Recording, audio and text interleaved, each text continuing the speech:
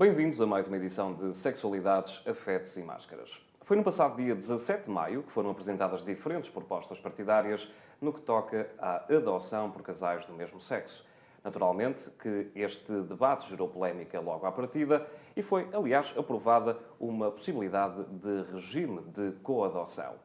A atualidade informativa a isso obriga e os debates têm sido bastante acesos na televisão e não só. No Sexualidades, Afetos e Máscaras desta semana, Manuel Damas, médico, sexólogo e professor universitário, vai contar-nos tudo o que respeita a esta matéria. Bem-vindo a mais uma edição de Sexualidades, Afetos e Máscaras.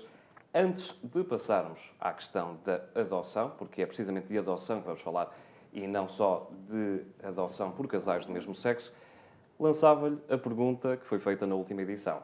Relacionamentos à distância, sim ou não? Jamais. Eu vou esclarecer. Eu sou muito cético em relação aos relacionamentos à distância. Porquê? Porque acho que as coisas têm que ser negociadas, conversadas, acarinhadas, dialogadas permanentemente, ao minuto, frente a frente, olhos nos olhos. E a distância não permite esse tipo de negociações que eu acho que são fundamentais. Posto isto, vamos para o tema. A questão da coadoção, mais genericamente a questão da adoção. Marco, eu tenho que ser rude nesta questão. Nós andamos nos últimos tempos sobre este tema, e não só, nós portugueses, a achar que até o meu amigo bastonário da Ordem dos Advogados, Marinho Pinto, acha que é contra a adoção. Mas isto não é para achar, porque para os pedidos e achados vamos ao leilão da PSP. Nem sequer é para dar opiniões, porque opiniões eu dou se quero comprar uma camisa, se quero pintar a casa, se quero comer uma sobremesa. Aí dou opiniões. Nesta questão, porque é uma questão séria, porque é uma questão grave, porque estão envolvidas crianças e, acima de tudo, estão envolvidas vidas, aí temos que fazer o que os outros países civilizados fazem, que é pedir pareceres.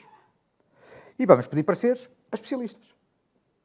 Obviamente que temos feito alguns debates, eu vejo nesses mesmos debates sempre políticos, alguns advogados e ativistas.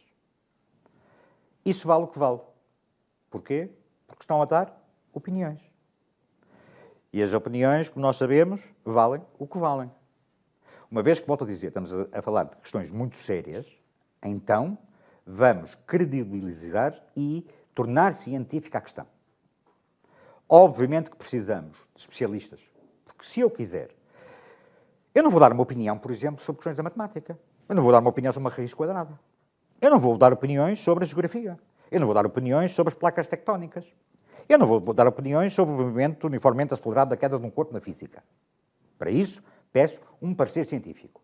Esta questão da adoção, generalizando, compete à sexologia, compete à psicologia, quando muito poderá competir à medicina ou a um jurista que queira dar o seu parecer por causa do enquadramento legal da coisa.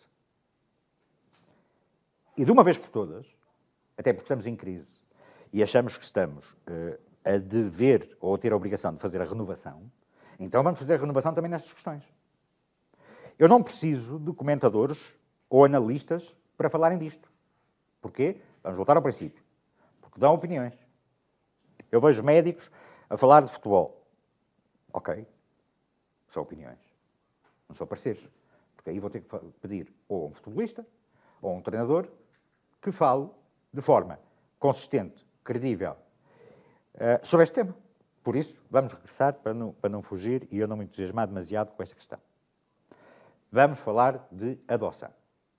E quando falamos de adoção, e vamos ter que nos direcionar, porque é o que está em cima da mesa, adoção de crianças por casais do mesmo sexo.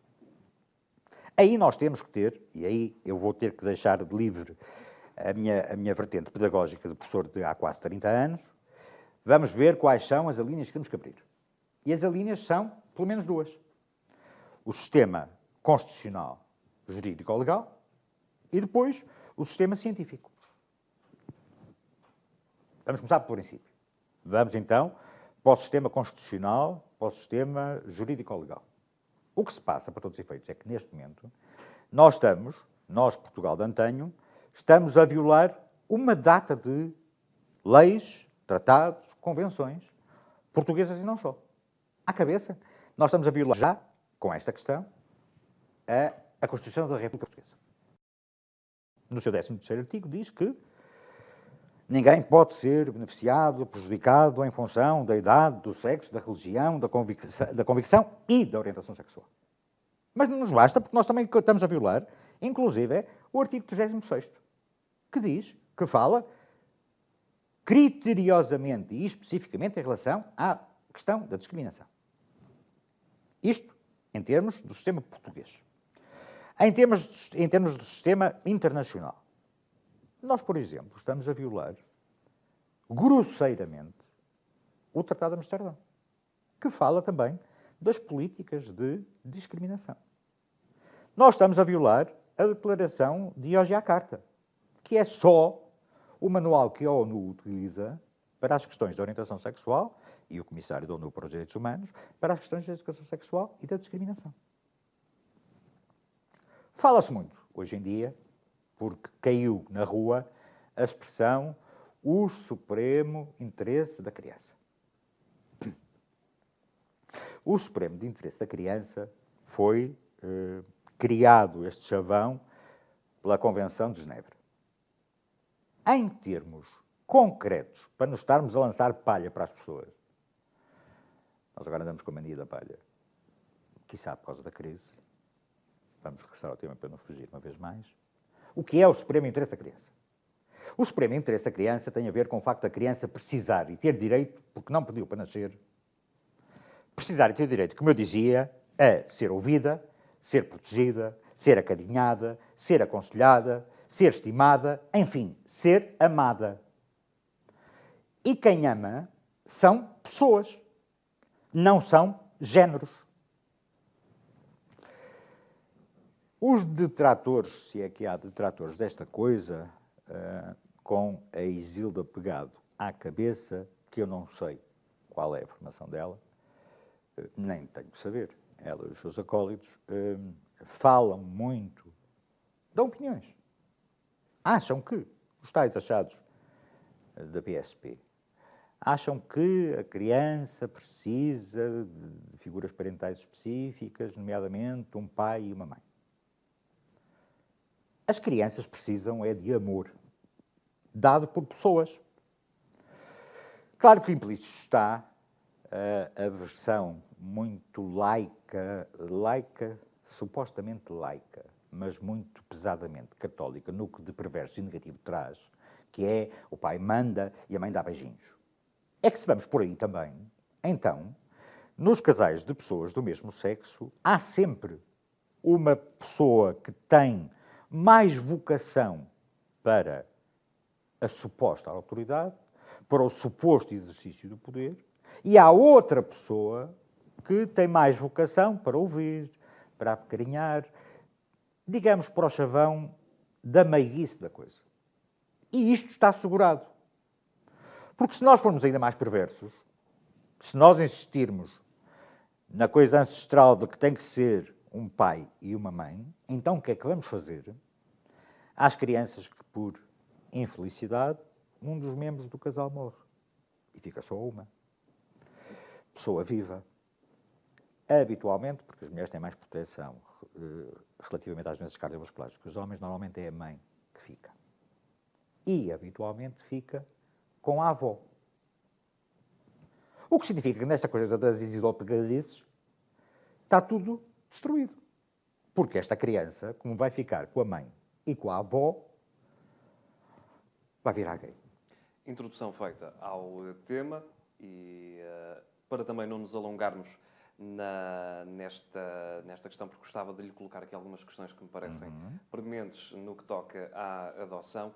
O que é que pode levar um casal a dar uma criança para adoção? Um casal ou uma família monoparental, neste caso? A maior parte das vezes, quando entregam para adoção, é uma família monoparental. A maior parte das vezes é uma mãe solteira, que não tem condições económicas para criar a criança. E a criança fica institucionalizada.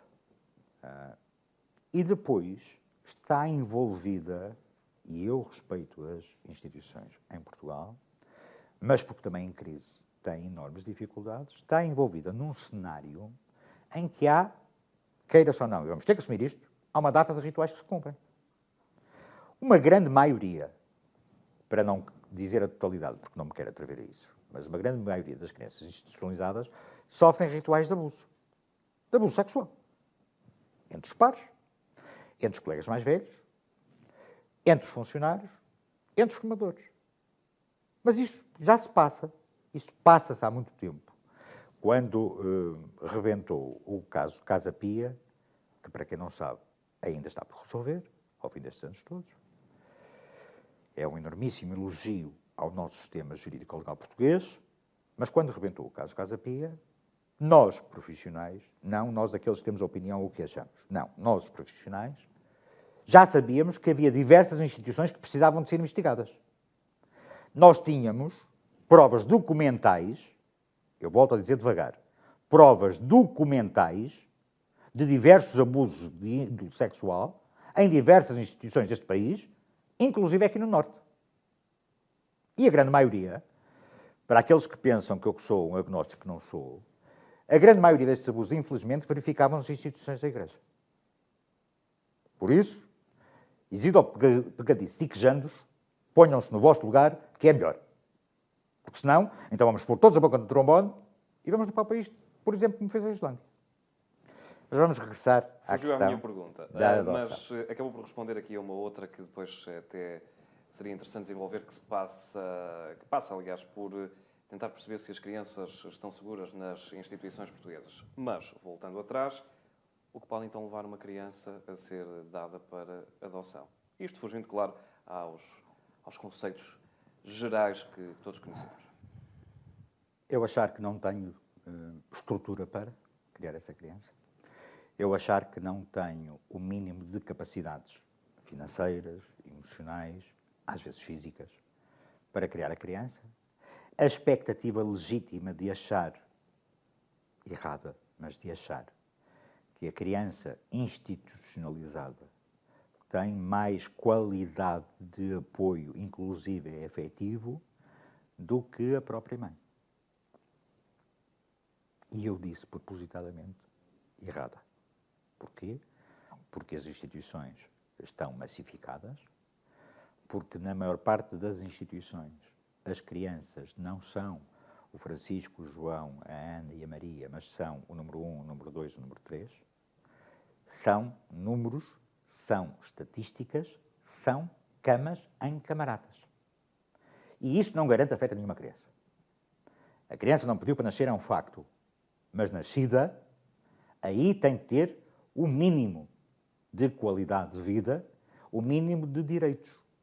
Obviamente que tem também, e aqui eu não dialogo, não cedo, tem também deveres, como é lógico, como toda a sociedade tem.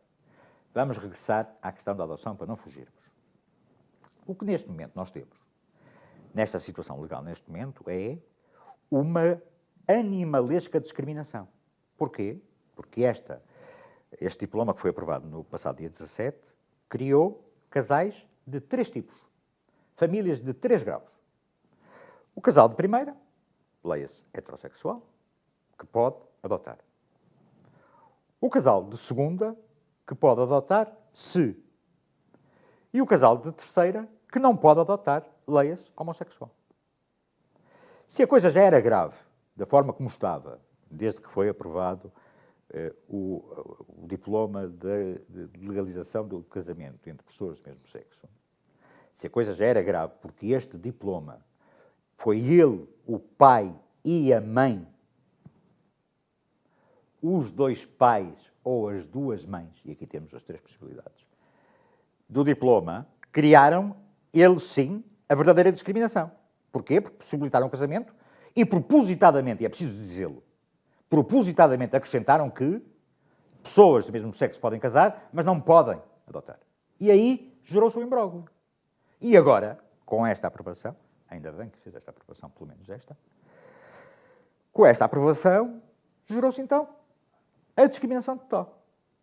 Não entraram os 40 matelões, não entraram os 40 ladrões, mas entrou a discriminação total, a ilegalidade total, a falta de, uma vez que queremos entrar em ativismo, entrou a falta de cidadania, a falta de democracia, a falta de igualdade, a falta de liberdade neste país.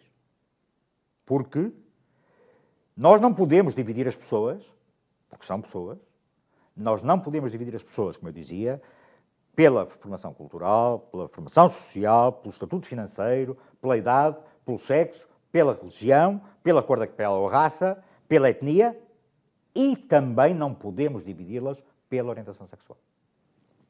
Voltando então à questão da segurança das crianças em Portugal, no que toca às instituições, temos conhecimento de vários casos que se passaram nos últimos anos, no que toca a abuso de menores.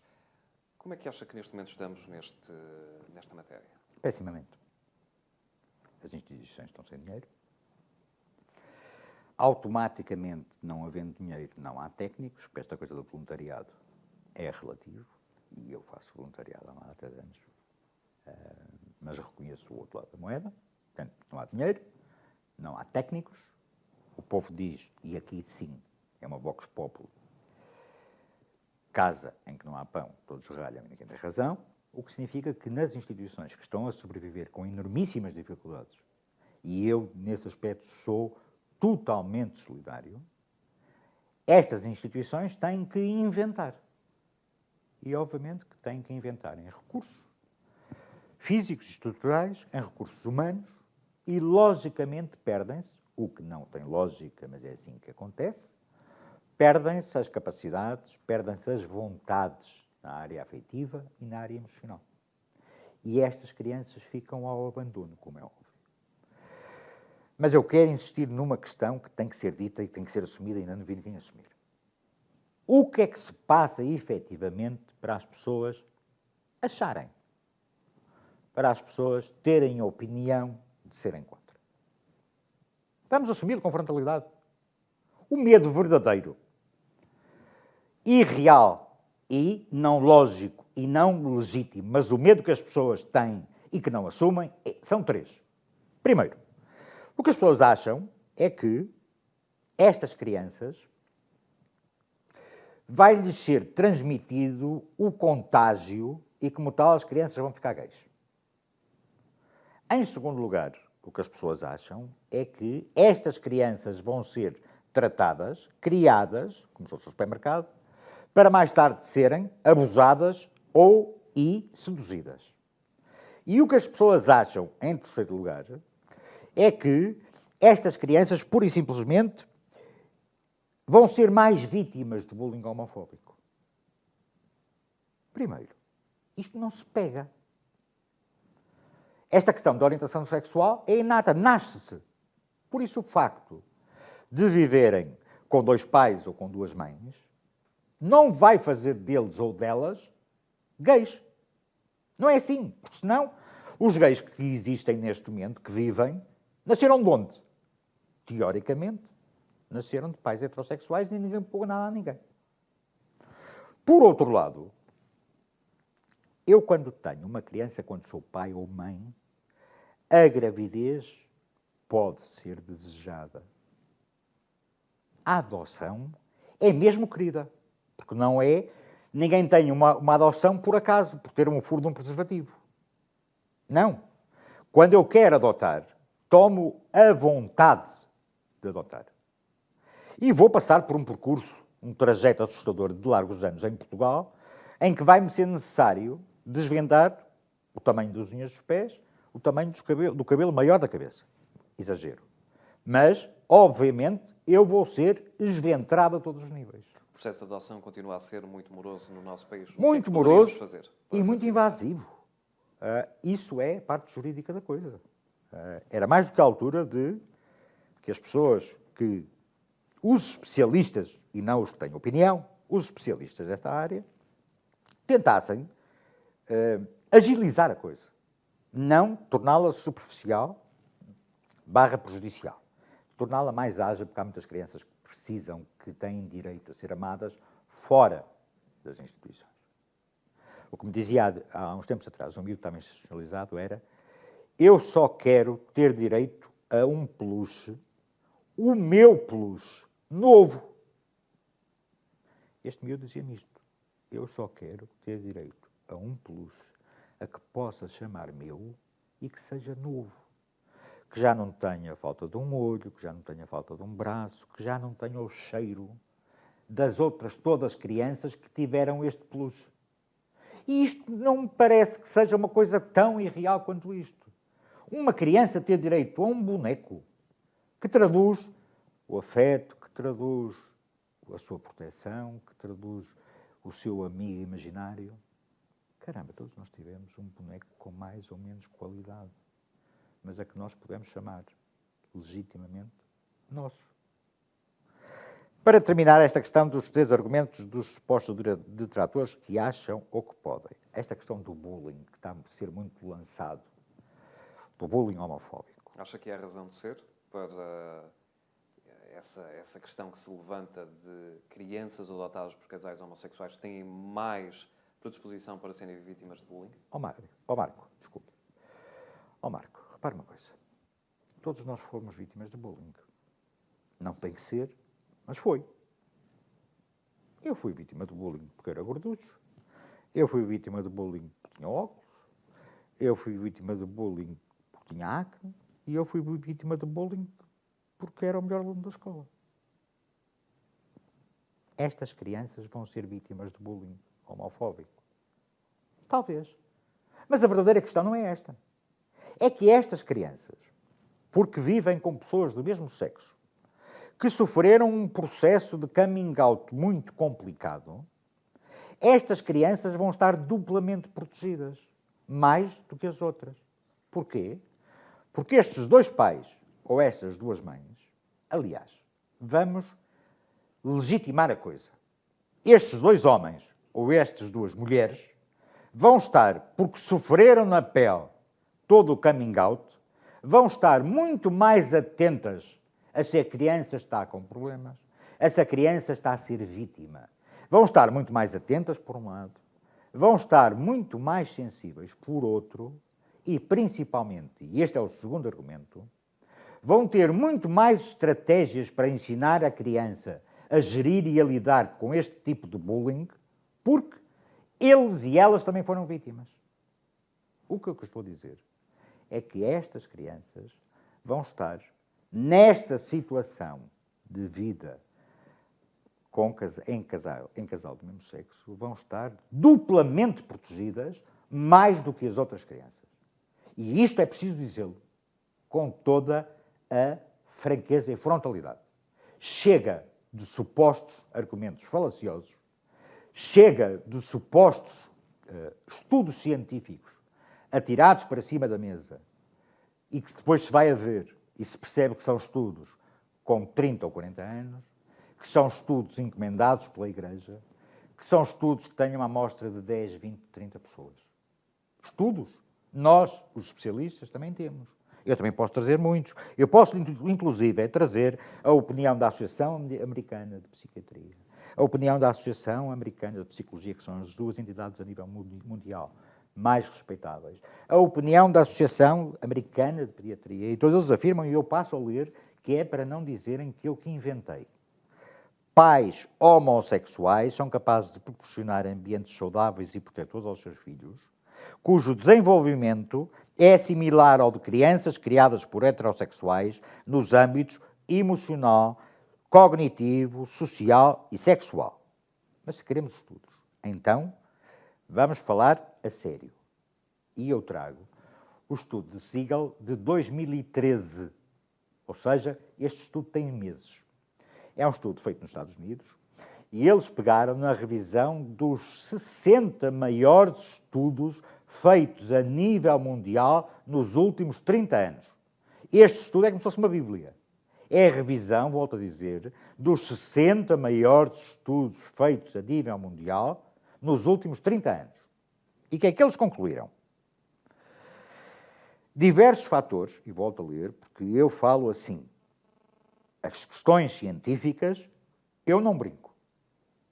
Diversos fatores representam riscos para o desenvolvimento saudável da criança, como pobreza, depressão dos pais, abuso de substâncias por parte dos pais, divórcio e violência doméstica. Mas a orientação sexual não é um deles. Como se não bastasse.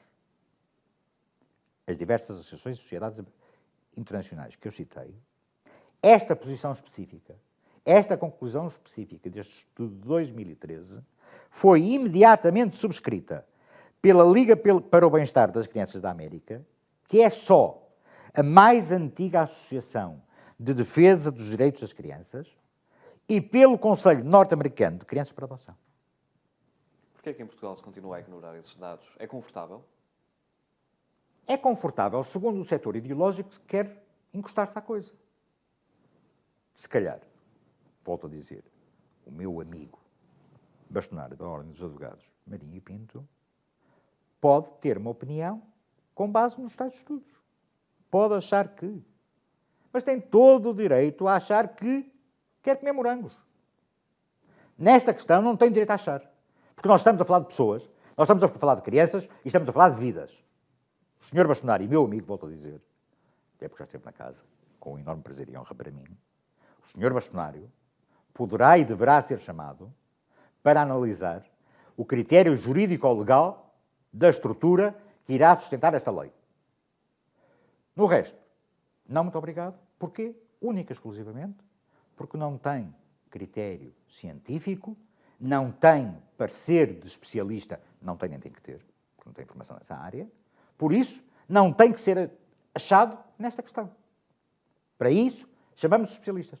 Volto a dizer, porque estamos a falar de vidas.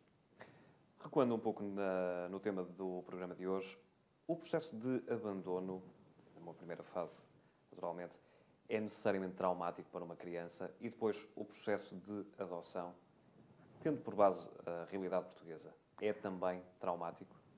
Marco, o processo de abandono da criança poderá ser traumático ou não, consoante a faixa etária da criança. Se a criança é abandonada com 1 mês, 2 meses de idade, não se vai perceber de praticamente nada. Apesar que há quem diga, alguns especialistas que trabalharam nesta área, que há quem diga que tem a ver com os cheiros e com as memórias dos cheiros, etc, etc, mas eu pai não vou porque não há, volto a dizer, não há estudos científicos credíveis e consistentes que o comprovem.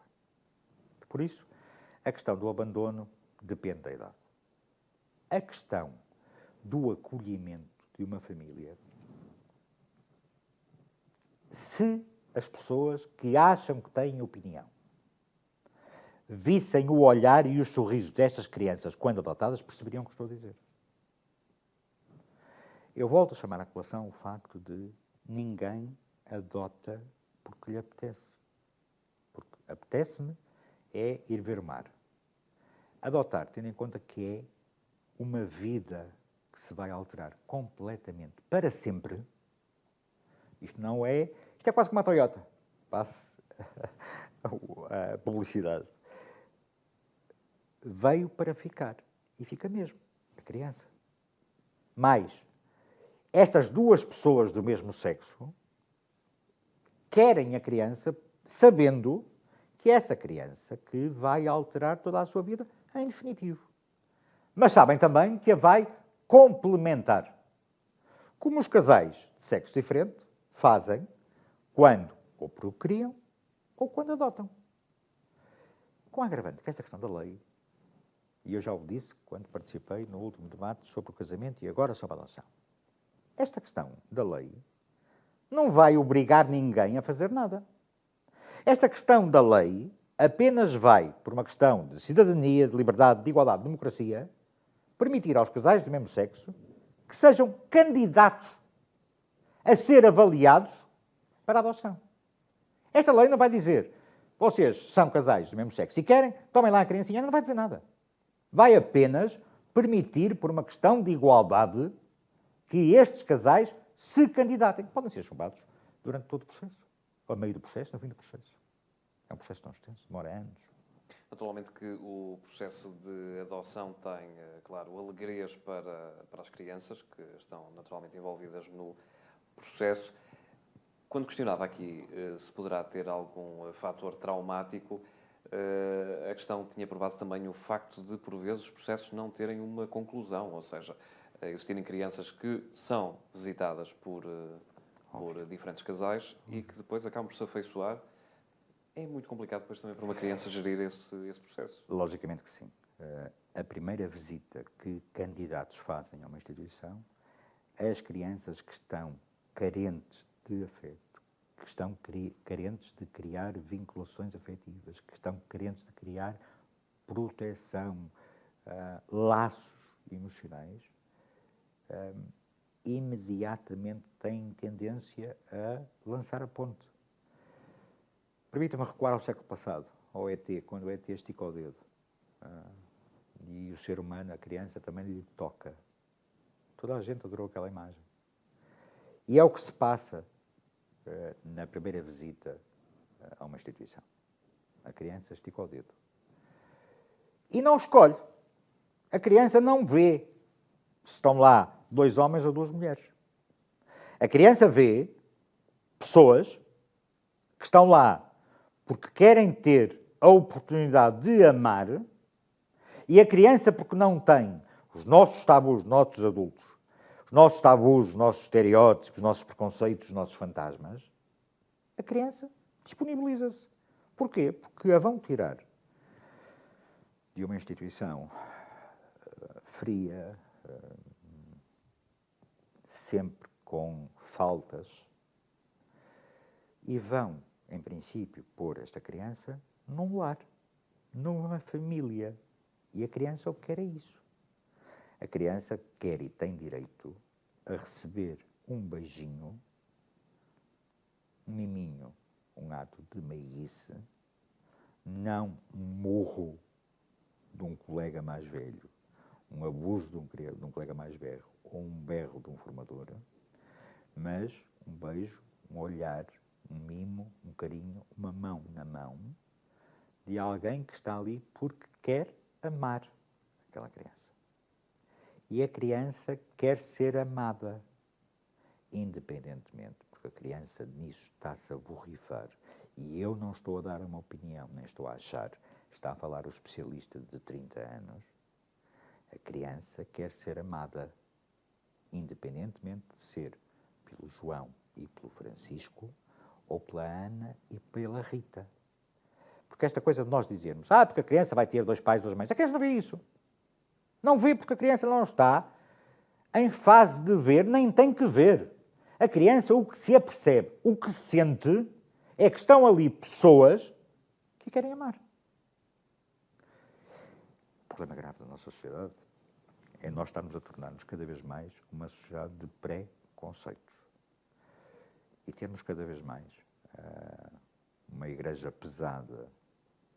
Eu espero, tenho muita esperança neste novo Papa e gostaria de ter também igual esperança, que não tenho, neste novo Bispo Cardeal de Portugal.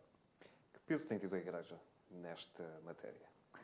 Enorme, assustadora, exagerada, desonesta. Porquê? A Igreja está a pagar, de diversas formas, toda esta guerra, a exilopagadices e do género.